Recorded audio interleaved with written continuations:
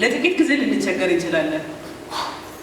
ጠንካራ መሪዎች ሲወጡ ስታያቸው ኢትዮጵያ ብልጽግና እዚህ ጋር እናደርሳለን እየተባለ ሲወራ አሁን ወሬ ሊመስለን ይችላል። ማንቀበላቸው ሰው በጣም ብዙዎቹ አለን። ፖለቲካ አስተሳሰባችን የተለያየ ሲሆን በብሔር የምንለያይ በፖለቲካ አስተሳሰብ የምንለያይ ግን ሀገር የምትባለው ግን ቅድሚያ ላይ መሆን አለበት። ከብሔር በታች ነው የተባለው ነጮች በዚህ ልክ ለኛ ሊነግሩን አይገባም። ግን ትምህርቱ ተከታታይነት አለው። የማይንድ ሴት አንድ ቀን ብቻ ወስደን የምንታው ነገር አይደለም።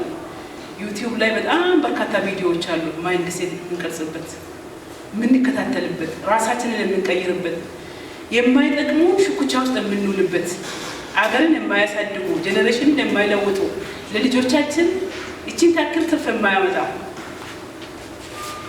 የሰው አገር ሀያቶቻቸው በሰሩት ነው ዛሬ የኮራ የምናገረው። እኛ ደግሞ ሀያቶቻችን ቢያጠፉት ላይ ነው ስንጣላ እስከ ዛሬ ድረስ የምንናገረው። ከዚህ መሻገር አለብን። ራሳችን ላይ መወሰን መቻል አለብን።